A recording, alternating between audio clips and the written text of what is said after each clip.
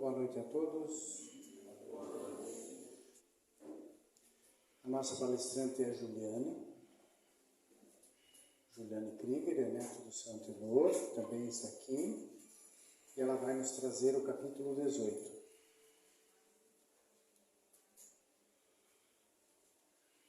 Qual é o título, Juliane, do capítulo 18? E poucos os escolhidos. Então, a partir desse momento, Juliane, tenha bondade.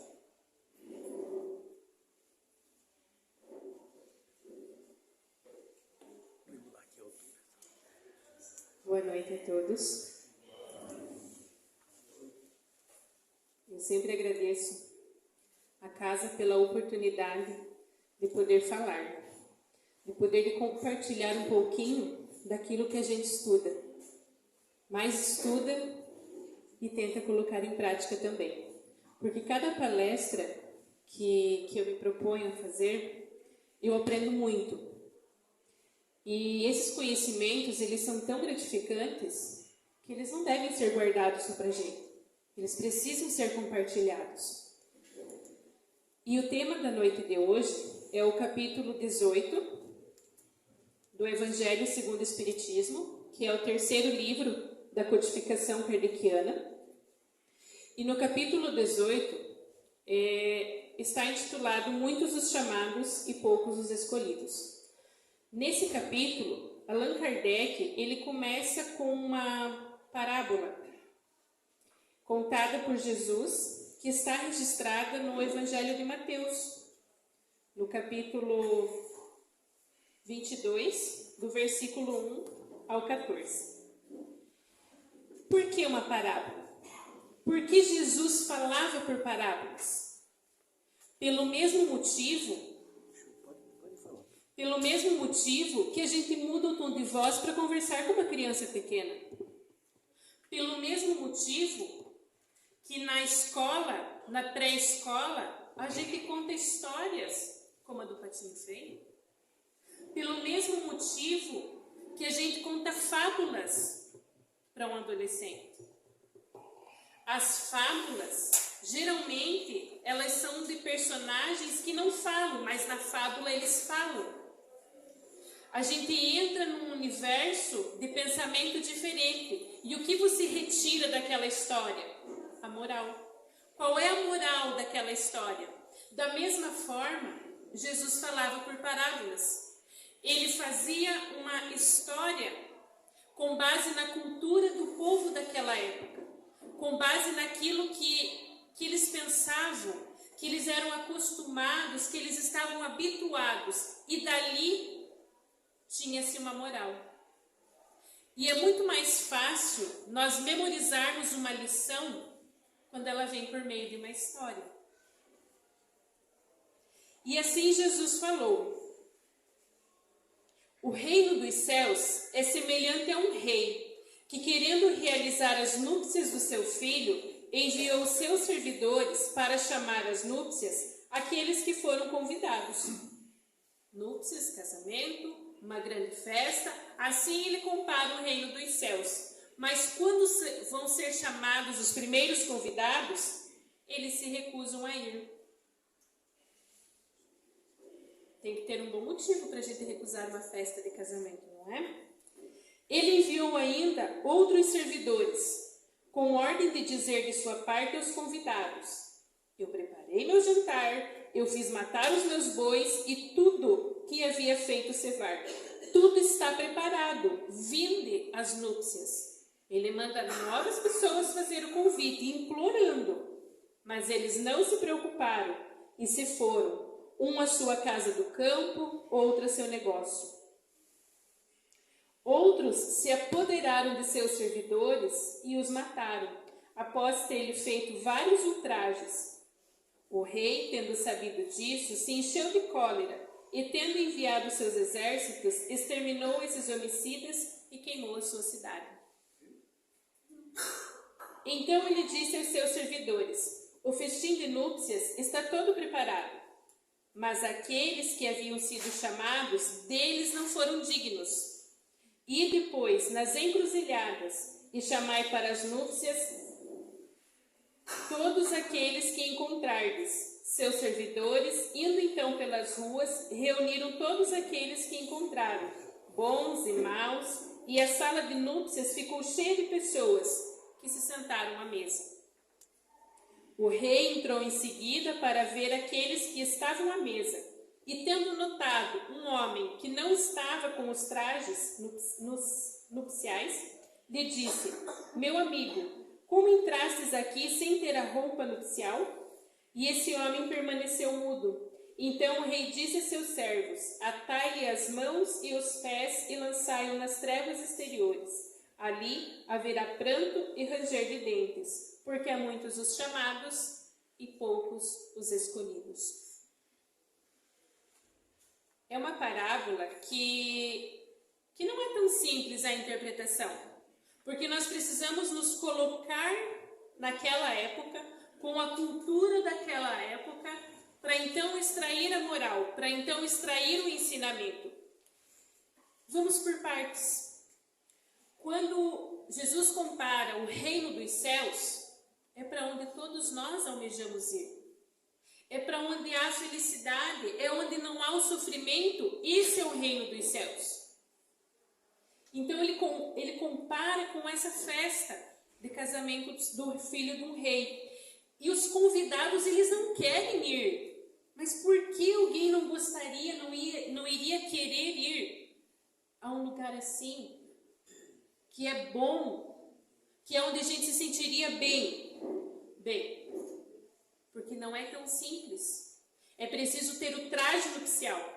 É preciso estar vestido de acordo com o evento. E nessa comparação, os primeiros convidados, nós interpretamos como sendo o povo hebreu, que foi convidado pelos profetas a agirem de acordo para entrarem no reino dos céus. Quem são esse povo hebreu? Quem foi levar esse convite? Quem foi mostrar, apresentar esse convite? O povo hebreu recebeu, como um dos primeiros profetas que se tem registro, Abraão. Abraão, que tem uma ideia de um Deus único, que leva essa ideia do Deus único e forma ali aquele grupo de pessoas que tem o mesmo pensamento do que ele, que são adeptos dessa ideia. Abraão começa a trazer o convite de como chegar, de como adentrar no reino dos céus, mas não é suficiente, porque aquele povo hebreu, ele é escravizado no Egito. E lá aquela crença do Deus único começa a ser mistificada, porque os egípcios acreditavam em vários deuses. Então vem quem? Qual é o novo profeta que se tem registro? Moisés. Moisés vem para esse mesmo povo hebreu fazendo convite novamente. Vamos lá, é assim, é esse o caminho. Nos apresenta o decálogo, os 10 mandamentos. E ainda assim, não é suficiente. O povo recusa. Não é todo mundo que quer seguir, porque exige esforço. Exige esforço que é comparado com o traje nupcial. A gente precisa estar de acordo, precisa seguir aqueles 10 mandamentos, precisa seguir aqueles ensinamentos que nos são apresentados. Mas o povo hebreu, ele está tão absorvido pelas coisas terrestres, conforme nós estamos, conforme os dias, mais envolvidos no que é terrestre do que naquilo que é divino. Nossos dias são assim também. Eles estão muito mais envolvidos pelas coisas terrestres, que acabam sendo indiferentes para as coisas celestes. Então vem Jesus. E o que o povo faz com Jesus? Crucifica. Então na parábola, Jesus está contando a parábola, que os convidados chegam a matar aqueles que estão levando o convite. Ele está demonstrando que o povo não estava preparado ainda para entender, para abrir mão do seu orgulho e se doar, para vestir a veste nupcial, que é a veste da caridade, do amor ao semelhante, da humildade. Ainda ele fala na parábola que o rei se encheu de cólera e queimou a sua cidade. Será que Deus teria cólera? Lembremos-nos, é uma parábola. O que a gente pode interpretar disso? O rei se encheu de cólera e queimou a sua cidade. Por que ele fez isso? Porque fizeram isso com quem levou o convite. Isso nada mais é do que uma comparação com as consequências dos nossos atos. Tudo que nós fazemos tem uma consequência. Independente do ato, independente do tempo que leve, a consequência vem. É uma lei da ciência, é uma lei da natureza, é a lei da física, é a lei de Deus. É ação e reação. Às vezes, a nossa ação, ela tem uma reação imediata, que nos leva ao arrependimento ou à alegria, que nos faz crescer com ela. Às vezes, a nossa ação tem uma reação mais demorada.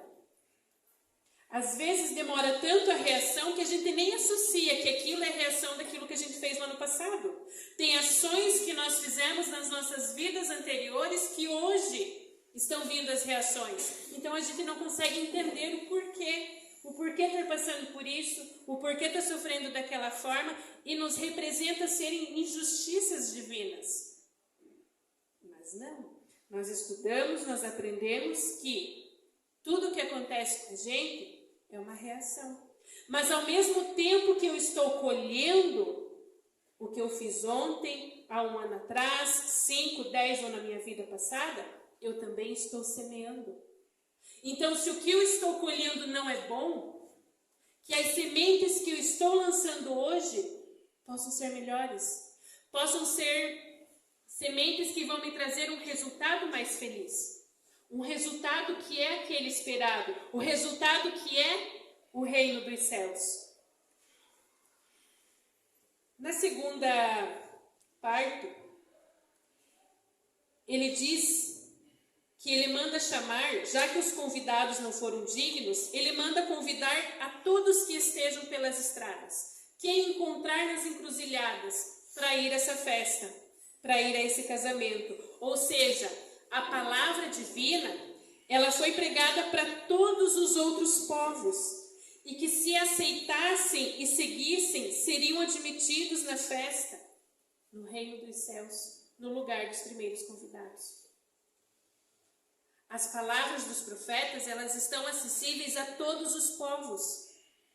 A Bíblia foi interpretada por várias línguas e se de repente a leitura do Novo Testamento ela é difícil, quantos outros livros nós temos que nos vêm ajudar a entender o que é esse convite?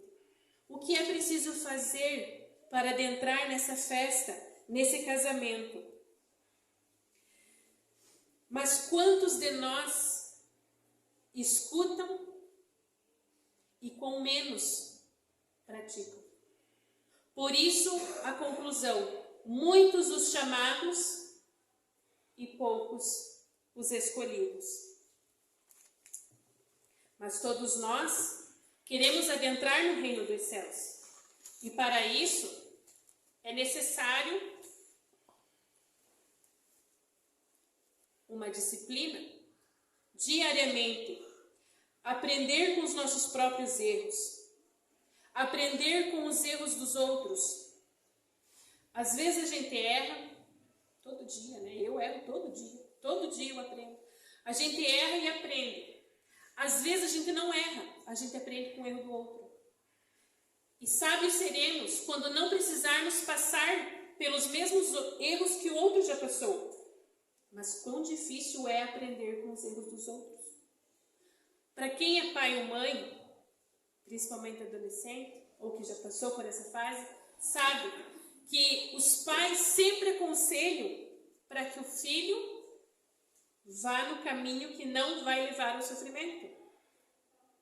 Quantos filhos aceitam as orientações do pai sem precisar passar pelos mesmos erros que de repente lá no passado os pais passaram? É difícil? Muitas vezes nós só aprendemos quando vivemos aquela situação. Mas sábio de nós seremos o dia que não precisarmos viver todos os erros. Sábio de nós o dia que aprendermos com o erro de quem está errando ao nosso lado. Assim todos nós cresceremos. nos aproximaremos, nos vestiremos a cada dia dessa veste necessária para adentrar no reino dos céus.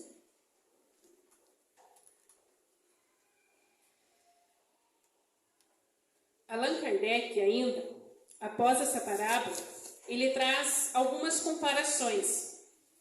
E ele nos apresenta que a porta para adentrar ao reino dos céus é uma porta estreita.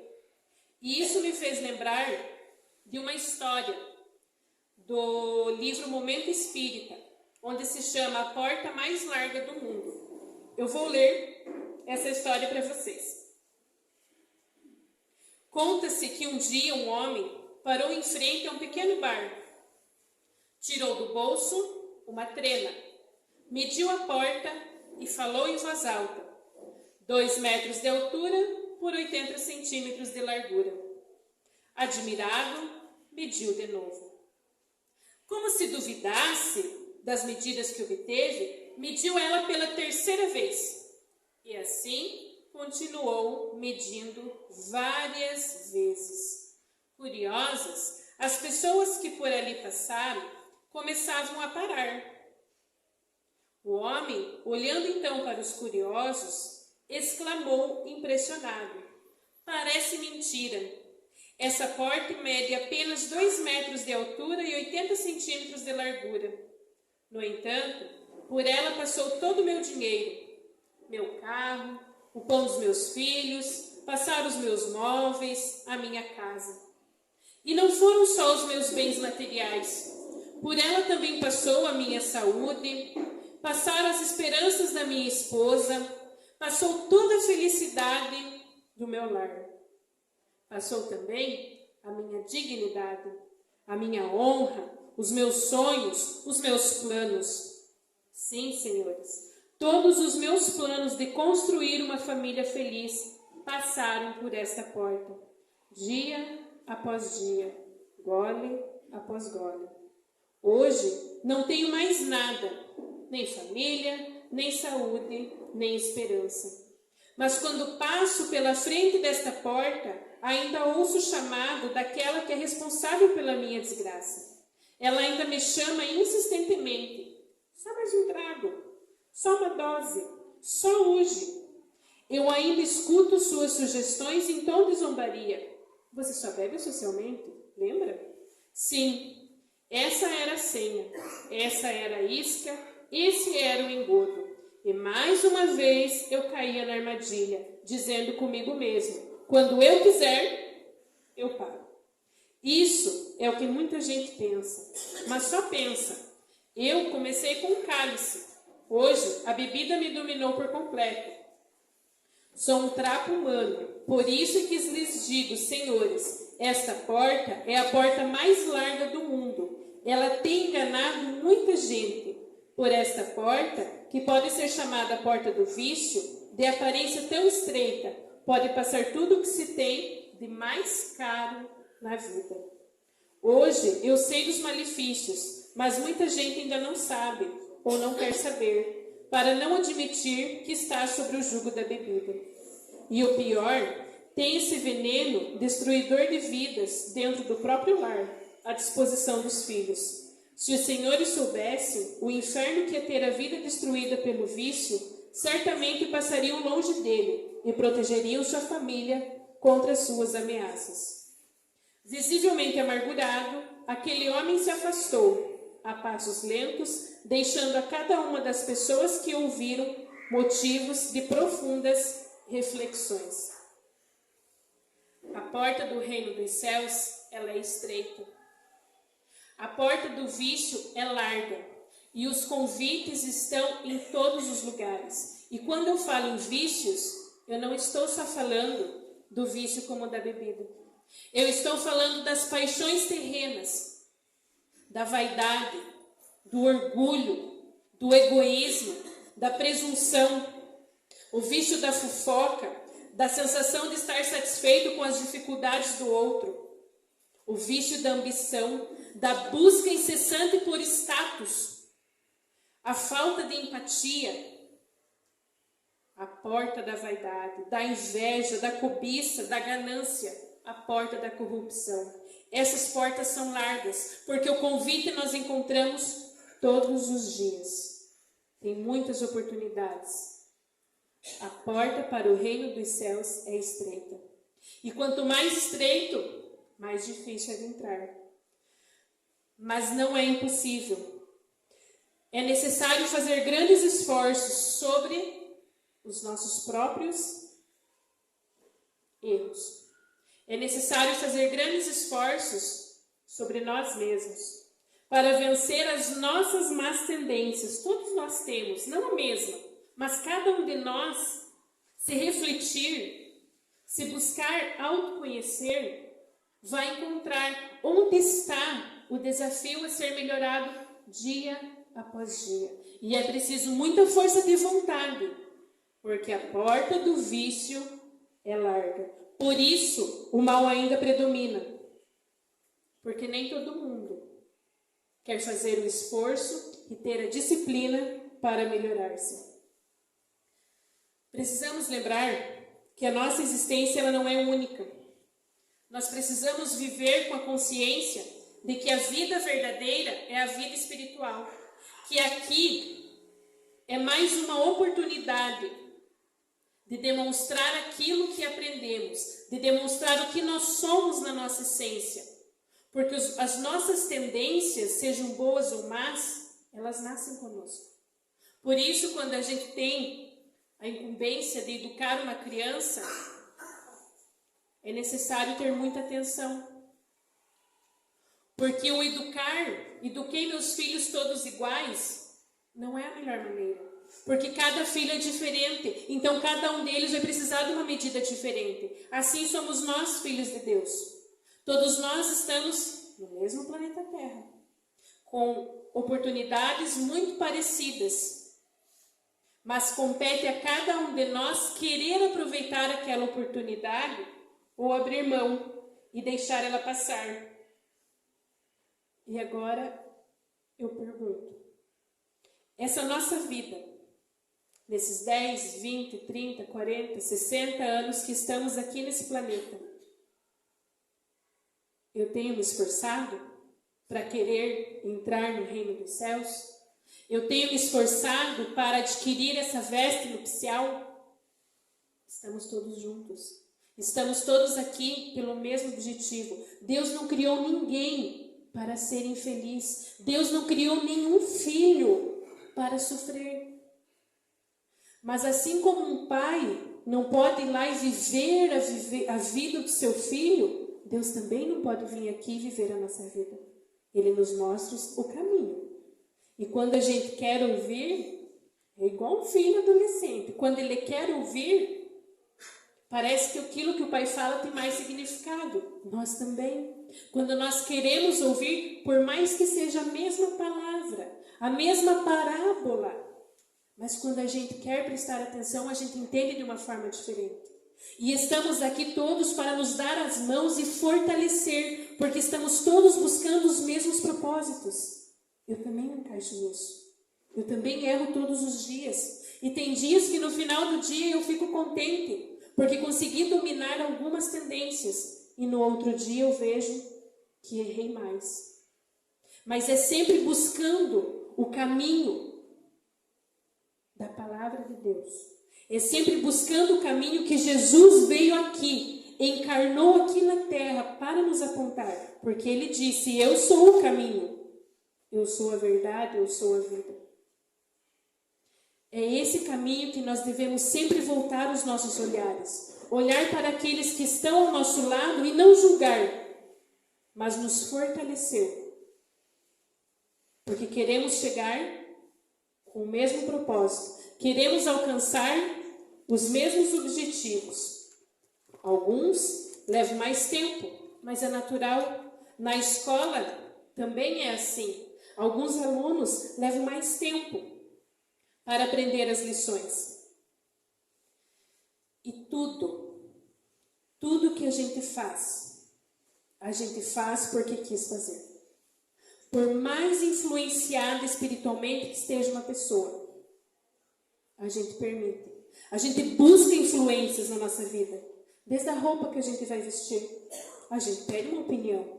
Desde algo que você vai comprar, a gente pede uma opinião. E o que é isso? Eu estou pedindo uma influência. Eu estou permitindo que alguém me influencie. Seja a mídia, seja a propaganda da TV, seja aquilo que eu vi no celular, seja o que alguém me contou que achou bonito, eu me permito influenciar. Assim como a gente se permite influenciar pelas pessoas que estão encarnadas ao nosso lado, a gente também se permite influenciar pelos desencarnados. Todos os dias. Mas a ação em si é nossa. Quem comanda esse corpo carnal aqui sou eu. Eu que me permito ou não. Por isso, nós precisamos nos fortalecer, amparar a quem estiver ao nosso alcance e não julgar. E assim como a palavra, o convite foi estendido a todos, o Espiritismo também. Ele veio para multiplicar o número de chamados, mas ele também quer multiplicar o número de escolhidos. Que possamos abrir os nossos olhos e ver, abrirmos os nossos ouvidos de ouvir todos os ensinamentos e que possamos demonstrar que nós somos cristãos, não só por título, não só por estar dentro de uma casa cristã, mas sim pelas nossas ações. Que Deus nos abençoe hoje, amanhã e sempre.